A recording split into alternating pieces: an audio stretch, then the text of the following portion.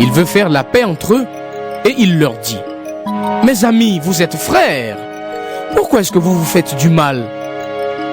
Mais celui qui est en train d'attaquer son frère repousse Moïse et lui dit: qui t'a demandé d'être notre chef et notre juge? Est-ce que tu veux me tuer comme tu as tué l'Égyptien hier? Quand Moïse entend cela, il s'enfuit. Il va vivre à l'étranger dans le pays de Madian. Là, il a 2 fils. Au bout de 40 ans, dans le désert du mont Sinaï, un ange se montre à Moïse dans la flamme d'un buisson en feu. Quand Moïse voit cela, il est étonné. Il s'approche pour regarder. Alors, il entend le Seigneur lui dire: je suis le Dieu de tes ancêtres, le Dieu d'Abraham, d'Isaac et de Jacob. Moïse tremble de peur et il n'ose plus regarder. Le Seigneur lui dit: enlève tes sandales. En effet, cet endroit est un lieu saint. J'ai vu la souffrance de mon peuple en Égypte. Je l'ai entendu gémir. Je suis descendu pour le libérer. Et maintenant va, je t'envoie en Égypte. Avant, les Israélites avaient rejeté Moïse en lui disant: qui t'a demandé d'être notre chef et notre juge? Eh bien, ce même Moïse, Dieu l'envoie pour conduire et libérer son peuple. Il lui commande cela par l'intermédiaire de l'ange que Moïse a vu dans le buisson. C'est Moïse qui a fait sortir d'Égypte les Israélites. Il a accompli des choses extraordinaires et étonnantes en Égypte, à la mer Rouge et au désert pendant 40 ans. C'est encore Moïse qui a dit aux Israélites: Dieu vous enverra un prophète comme moi, ce sera un de vos frères. Quand le peuple était rassemblé au désert, Moïse était là. Il servait d'intermédiaire entre l'ange qui lui parlait sur le mont Sinaï et nos ancêtres.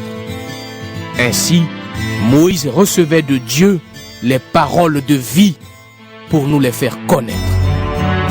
Mais nos ancêtres n'ont pas voulu lui obéir. Ils l'ont repoussé. Ils voulaient retourner en Égypte.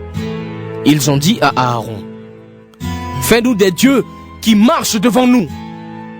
En effet, ce Moïse nous a fait sortir d'Égypte, mais nous ne savons pas ce qu'il est devenu. Alors, ils fabriquent un veau et ils offrent un sacrifice à cette statue. Ils sont si contents d'avoir ce veau qu'ils font une fête. Mais Dieu ne les regarde plus. Il les laisse adorer les étoiles du ciel. On lit cela dans le livre des prophètes. Peuple d'Israël, est-ce que vous m'avez offert des animaux et d'autres sacrifices pendant 40 ans dans le désert? Non, mais vous avez porté la tente du dieu Moloch. Vous avez porté l'étoile de votre dieu Rephan. Ce sont les objets que vous avez faits pour les adorer. C'est pourquoi je vous emmènerai prisonniers plus loin que Babylone. Dans le désert, nos ancêtres avaient la tente de la rencontre avec Dieu. Moïse l'a construite comme Dieu l'a commandé. Il l'a faite d'après le modèle qu'il a vu. Plus tard, les enfants de nos ancêtres ont reçu cette tente à leur tour. Avec Josué, ils ont occupé le pays des peuples que Dieu a chassés devant eux. Ils ont amené la tente dans ce pays et elle est restée là jusqu'au temps de David. David plaisait à Dieu. Alors, il lui a demandé l'autorisation de construire un abri pour le Dieu de Jacob. Mais c'est Salomon qui a construit une maison pour Dieu. Pourtant, le Dieu très haut n'habite pas dans des maisons construites par les hommes. Il a dit cela par le prophète. J'habite le ciel et je pose mes pieds sur la terre. Quelle maison allez-vous me construire? À quel endroit est-ce que je vais m'installer? En effet, c'est moi qui ai créé tout cela. Étienne dit encore aux gens du tribunal: Vous êtes des hommes têtus. Vos cœurs et vos oreilles sont fermés à Dieu. vous résistez toujours à l'Esprit Saint. Vous êtes comme vos ancêtres. Ils ont fait souffrir tous les prophètes. Ils ont même tué ceux qui annonçaient la venue du juste. Et maintenant, vous avez livré le juste et vous l'avez tué. Vous avez reçu la loi de Dieu par l'intermédiaire des anges. Mais vous n'avez pas obéi à cette loi. Quand les gens du tribunal entendent cela, ils deviennent furieux. Ils grincent des dents parce qu'ils sont en colère contre Étienne. Mais lui, rempli de l'Esprit Saint, regarde vers le ciel. Il voit la gloire de Dieu et Jésus debout à la droite de Dieu. Il dit: Je vois le ciel ouvert et le Fils de l'homme debout à la droite de Dieu. Alors, ceux qui ont entendu ces paroles poussent de grands cris et se bouchent les oreilles. Ils se précipitent tous ensemble sur Étienne. Ils le font sortir de la ville et se mettent à lui jeter des pierres. Ils ont laissé leurs vêtements aux pieds d'un jeune homme appelé Saul. Pendant qu'on lui jette des pierres, Étienne prie en disant: Seigneur Jésus, reçois ma vie. Ensuite, il tombe à genoux et il crie de toutes ses forces: Seigneur, pardonne-leur ce péché. Après qu'il a dit cela, il meurt. Actes, chapitre 8. Et Saul est d'accord avec ceux qui ont tué Étienne. Ce jour-là, on commence à faire souffrir très durement l'église de Jérusalem. Tous les croyants, sauf les apôtres, s'en vont un peu partout dans les régions de Judée et de Samarie. Des gens fidèles à Dieu enterrent Étienne et ils pleurent beaucoup sur lui. Mais il y a Saul. Il veut détruire l'église. Il va dans toutes les maisons, il fait sortir les croyants, les hommes et les femmes, et il les jette en prison. Les croyants qui sont partis de tous les côtés vont ici et là en annonçant la bonne nouvelle. Philippe va dans une ville de Samarie et là, il annonce le Messie. D'un commun accord, les habitants viennent en foule et ils écoutent avec attention ce qu'il dit. En effet, ils entendent parler des choses extraordinaires qu'il fait et ils les voient. Les esprits mauvais sortent de nombreux malades, en poussant de grands cris. Beaucoup de paralysés et d'infirmes sont guéris. Alors la joie est grande dans cette ville. Un homme appelé Simon habite dans cette ville depuis un certain temps. Il fait de la magie et il étonne beaucoup les gens de Samarie.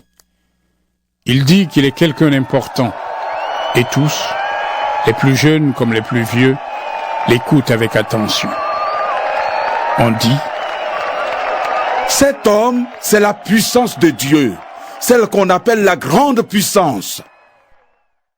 Depuis longtemps, Simon étonne beaucoup les gens avec sa magie. C'est pourquoi ils l'écoutent avec attention. Mais maintenant, Philippe leur annonce la bonne nouvelle de Jésus-Christ et du royaume de Dieu. Tous ceux qui le croient, des hommes et des femmes, se font baptiser. Même Simon devient croyant. Il se fait baptiser et il ne quitte plus Philippe. En voyant les miracles et les choses extraordinaires qui arrivent, c'est lui qui est très étonné. À Jérusalem, les apôtres apprennent que les gens de Samarie ont reçu la parole de Dieu. Ils leur envoient donc Pierre et Jean. Quand les deux apôtres arrivent en Samarie, ils prient pour que les croyants reçoivent l'Esprit Saint. En effet, l'Esprit Saint n'est encore descendu sur personne parmi eux. Ils ont seulement été baptisés au nom du Seigneur Jésus. Alors Pierre et Jean posent les mains sur leur tête et ils reçoivent l'Esprit Saint. Simon voit que les croyants reçoivent l'Esprit Saint quand les apôtres posent les mains sur leur tête. C'est pourquoi il offre de l'argent à Pierre et à Jean en leur disant: Donnez-moi ce pouvoir à moi aussi. De cette façon, quand je poserai les mains sur la tête de quelqu'un, cette personne recevra l'Esprit Saint. Mais Pierre lui répond: Que ton argent soit détruit et toi aussi. Tu as cru que tu pouvais acheter avec de l'argent ce que Dieu donne gratuitement. Ce qui se passe ici n'est pas pour toi. Tu n'as pas le droit d'y participer. En effet, pour Dieu, ton intention est mauvaise. Ce que tu as fait est mal. Reconnais cela et prie le Seigneur. Il va peut-être pardonner ces mauvaises pensées. Oui, je le vois, tu es rempli d'envie et prisonnier du péché. Simon répond à Pierre et à Jean: Priez vous-même le Seigneur pour moi. Alors, rien de ce que vous avez dit ne pourra m'arriver. Les deux apôtres rendent témoignage en annonçant la parole du Seigneur. Puis ils retournent à Jérusalem.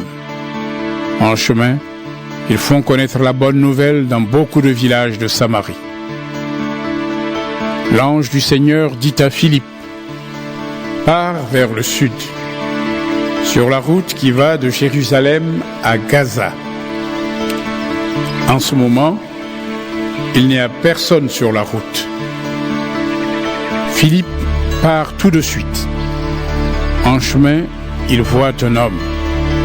C'est un eunuque éthiopien, un fonctionnaire important. C'est lui qui s'occupe de toutes les richesses de Candace, la reine d'Éthiopie. Il est venu à Jérusalem pour adorer Dieu et il retourne chez lui. Il est assis dans une voiture à cheval et lit le livre du prophète Ésaïe. L'Esprit Saint dit à Philippe: Avance, va jusqu'à cette voiture. Philippe y va en courant. Il entend l'Éthiopien qui lit le livre du prophète Ésaïe. Philippe lui demande: Est-ce que tu comprends ce que tu lis? L'homme répond: Comment est-ce que je peux comprendre? Personne ne m'explique. Et il invite Philippe à monter dans la voiture et à s'asseoir à côté de lui. Il est en train de lire ce passage d'Ésaïe. Il est comme un mouton qu'on mène à la boucherie, comme un agneau qui ne crie pas quand on lui coupe sa laine. Il garde le silence.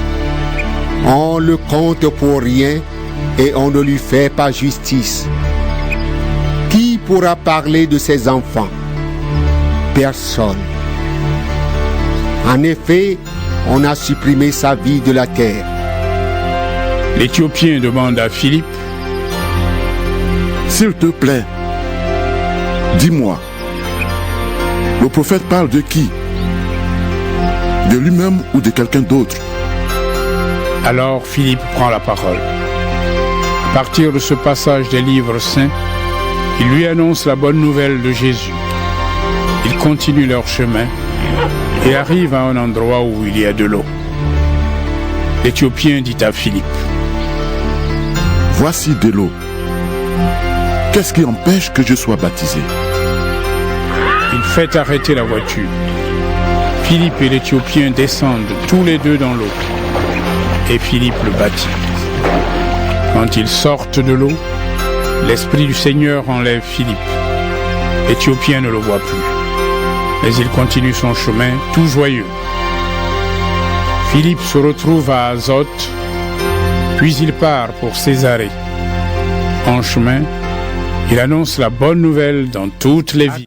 Chapitre 9.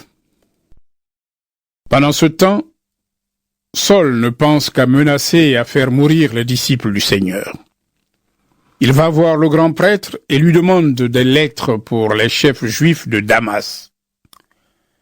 Alors, si Saul trouve des gens, des hommes ou des femmes, qui suivent le chemin de Jésus, il pourra les arrêter et les emmener à Jérusalem. Saul est encore sur la route et il approche de Damas. Tout à coup, une lumière venue du ciel brille autour de lui. Il tombe par terre et il entend une voix qui lui dit :